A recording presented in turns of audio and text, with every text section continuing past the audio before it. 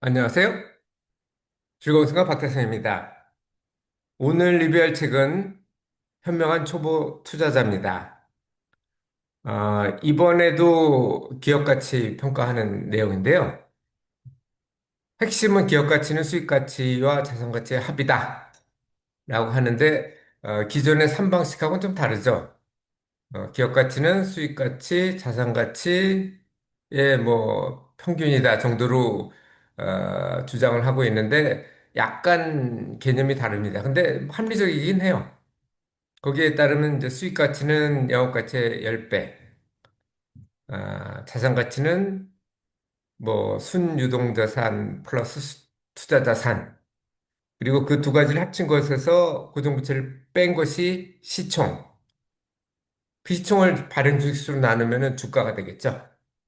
일단 수익가치부터 보겠습니다. 수익가치는 예를 들어서 임대사업을 하는 법인이 있다고 칩시다. 왜 임대사업을 골랐냐면은 공장 같은 경우는 기계가 청산 가치가 없어요. 뭐 고철값 정도가 되겠죠. 그러니까 장부 가치하고 실제 시가하고 좀 다를 수 있습니다. 물론 뭐 임대법인도 그럴 수 겠죠. 하지만 이건 플러스가 되겠죠. 부동산은 장기적으로 오르는 경우가 최소한 물가만큼은 오르잖아요. 근데 기계는 활용 가치가 없는 경우가 있습니다. 그래서 일단 그렇게 골라봤는데 임대료 영업이익이 10억이라고 치면 그리고 여기서는 10배를 곱한다고 돼 있죠. 그건 뭐 퍼가 10이라고 보는 건데 실제로 이거는 정적인 거고 퍼가 업종별로 좀 다르죠. 예를 들어서 뭐 성장률이 낮은 이런 임대법인 같은 경우 성장률이 낮겠죠. 다음에 임대료가 더 늘을 가능성은 뭐 물가 상승률 플러스 경제 성장률 정도로 봐야 되겠죠. 하지만 예를 들어서 요즘 뭐 뜨는 뭐죠? 인공지능 뭐 이런 거다 그러면은 영업이익이 늘 가능성이 이익률이 증가할 가능성이 훨씬 더 높아지겠죠. 그래서 퍼가 더 높아질 수 있을 겁니다. 근데 이거는 제목 그대로 초보 투자자용이기 때문에 일단 퍼를 10으로 봤습니다. 수익 가치는 그 퍼에다가 영업이익을 곱하면은 수익 가치가 나오죠. 그게 100억이 될 거고요. 영업이익이 10억이라면 고정자산은 여기에 영업용 고정자산은 포함해야 돼요. 그리고 나중에 이제 기업 가치, 그러니까 자산 가치에서 이제 뺍니다. 유동자산이나 투자자산은 별도로 하고요. 이렇게 하는 게 수익 가치입니다. 그리고 자산 가치는 아까 그 영업이익에 사용되지 않는 자산을 여기에 넣습니다. 예를 들면 뭐 장기 예금이 있다면 이자 수익이 있을 거고 그 영업의 이익이죠. 주식 투자를 했다면 매도 가능 주식을 갖고 있다면 이건 배당 수익이 될 겁니다. 자회사가 있어서 그런 경우는 좀 얘기가 다르죠. 그건 투자자산이 아니죠. 그리고 순유동자산은 여기 옆에 그림 보시면 아시겠지만 유동자산에는 당좌자산하고 재고자산이 있다고 그랬잖아요.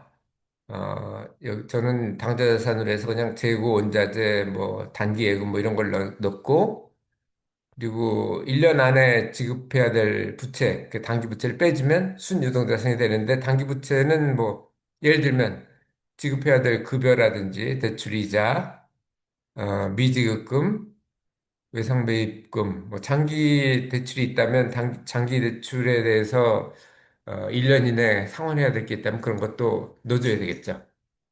그렇게 합니다. 이렇게 말로 하니까 개념은 잡히는데 좀 어렵죠. 그래서 예로 아까 사례로 들었던 임대법인에 대해서 평가를 해봤습니다. 자, 이 법인은 대충 아파트 한 10채 정도를 갖고 있는 주택임대사업자 법인이에요. 그런데 그 아파트 지금 전월세 전환율이 4%에서 5% 정도 하거든요. 근데 주식 수익률은 대충 연평균 10%는 잡아야 되기 때문에 대부분을 전세로 운영을 해요. 그러다 보니까 그 매출이 작습니다. 영업 비용은 뭐 6,280만 원이었는데 2021년 기준에 하면 6,470만 원이었습니다. 근데 그 매출액은, 그러니까 임대, 월세 소득은 190만 원밖에 안 돼요. 왜냐하면 대부분이 다 전세였기 때문에 그렇죠. 그래서 영업이익은 적자, 마이너스 6,280만 원이었고, 거기에 10배 곱하면 수익 가치는 플러스가 아니고 마이너스가 되죠. 마이너스 6억이 됩니다. 6.3억 정도가 되겠네요. 자산 가치는 순유동자산이 여기는 62억이 있고 부채는 없습니다. 그래서 순유동자산 62억 그대로고 투자자산은 80억. 아까 제가 말씀드렸죠? 열채 정도를 대부분 전세로 운영을 한다. 전세로 운영해서 그거를 뭐 전부 원래 가지고 있는 현금하고 전세보증금하고 전세보증금까지 포함해서 주식 투자를 하고 있어요. 그래서 투자 자산이 80억 정도가 되고요. 그럼 자산 가치는 투자 자산 80억에다가 순유당에서 62억 합치면 142억이 되겠죠. 이거 두 개를 합치면 142억에서 6억을 빼는 게 되니까 마이너스 6억이니까 거기다가 부채가 40억 정도 되거든요. 그러니까 시총은 96억 정도가 됩니다. 그러니까 이 회사의 시총은 96억이고 물론 비상장입니다. 발행 주수가 1000주거든요. 나눠주면 주당 가치는 960만 원 정도 돼요. 제가 아까 이 임대사업자를 고른 이유가 청산가치하고 비교하기 위해서 그랬다고 그랬잖아요. 기계가 있는 공장은 조금 다르지만, 그러니까 장부 가치보다 높을 가능성이 낮겠죠. 기계가 오래됐고, 그리고 또 팔려고 그러면 그 살만한 사람들은 거의 없겠죠. 그럼 고철로밖에 팔 수가 없는데, 아파트 같은 경우는 살 사람이 많죠. 그러니까 이거 시가가 장부 가치보다 더 높아요. 이 회사 같은 경우는 20년 전에 샀기 때문에 당연히 훨씬 더 높겠죠. 그래서 자산 가치를 보면 자산에서 부채를 빼주면 되죠. 팔면은 거의 평가손이나 그러니까 장부 가치하고의 그 차이에 대해서 이익을 볼 수 있고 실제 자산, 자산이 아니고 실제 자산에서 실제 부채를 빼주면 그게 한 105억 정도가 됐었습니다. 2022년 기준이에요. 2021년 장부 가지고 평가를 한 거고 그럼 성장고치는 아까 1000주로 나눠주면 1050만 원 정도가 됩니다. 비슷하죠? 근데 대부분은 비슷하지 않습니다. 자, 이 내용은 제가 다음 카페 2697번에 정리했고요. 이거는 보통 M&A 할 때 기업 평가하는 방법으로 많이 씁니다. 그리고 아까 퍼에 대해서는 퍼는 정적이죠. 지금 그 영업이익이 지속된다고 가정했을 텐데 실제로는 영업이익이 늘거나 어떤 경우는 주는 경우도 있죠. 그러면 퍼를 더 낮추거나 높여야 됩니다.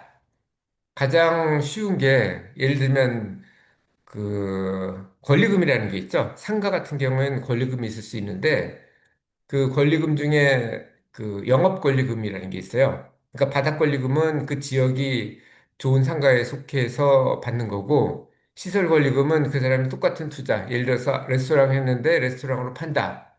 그럼 레스토랑 집기 같은 걸 다 포함하는 거거든요. 그건 시설을 들어간 거니까 당연히 줘야 되는 거고 그리고 또 있는 게 영업권리금이에요. 거기서 뭐 잘 팔렸다. 초과 수익이죠. 그러면 그 수익에 대해서 보통 1년치 매출인지 순영업이익인지 제가 잘 모르겠습니다. 저는 상가 투자를 별로 안 해봐서. 근데 그거를 예를 들어서 1년치를 한다고 하면 그거는 퍼가 2가 되겠죠. 그런데 일반적인 주식시장에서의 퍼는 10 정도, 10이 좀 안 되죠. 한국은. 미국은 20 정도 합니다. 그 이유는 성장률을 고려했기 때문에 그래요. 지금 한국은 경제 성장률이 거의 올해 같은 게 0. 몇 프로죠? 미국은 꾸준하게 선진국에서는 상당히 높은 편입니다. 우리나라도 70년대는 미국보다 높았죠. 어쨌든 그 폭까지 고려하는 게 맞습니다. 하지만 아까도 말씀드렸지만 이거는 초보 투자자용이기 때문에 그냥 퍼를 10으로 해도 될 것 같습니다. 제가 얘기하고 싶은 내용은 최근에 리뷰를 했던 그 뭐죠? 부의 추월 차선. 거기에 보면은 어떻게 빨리 부자가 되느냐 그 내용이 나오는데 그게 바로 거기에 비밀이 바로 이겁니다. 포가 예를 들어서 10인 회사를 만들어서 팔면은 10년 빨리 부자가 되겠죠. 10년 동안 열심히 버는 것보다 그 회사를 팔면 당장 그 영업이익의 10배가 들어오니까 그렇게 하면 젊은 나이에도 은퇴가 가능합니다. 어쨌든 이 책을 읽고서 그 부의 추월 차선 이런 책이 생각이 나네요. 이상 오늘도 즐거운 순간 박대선이었습니다. 감사합니다.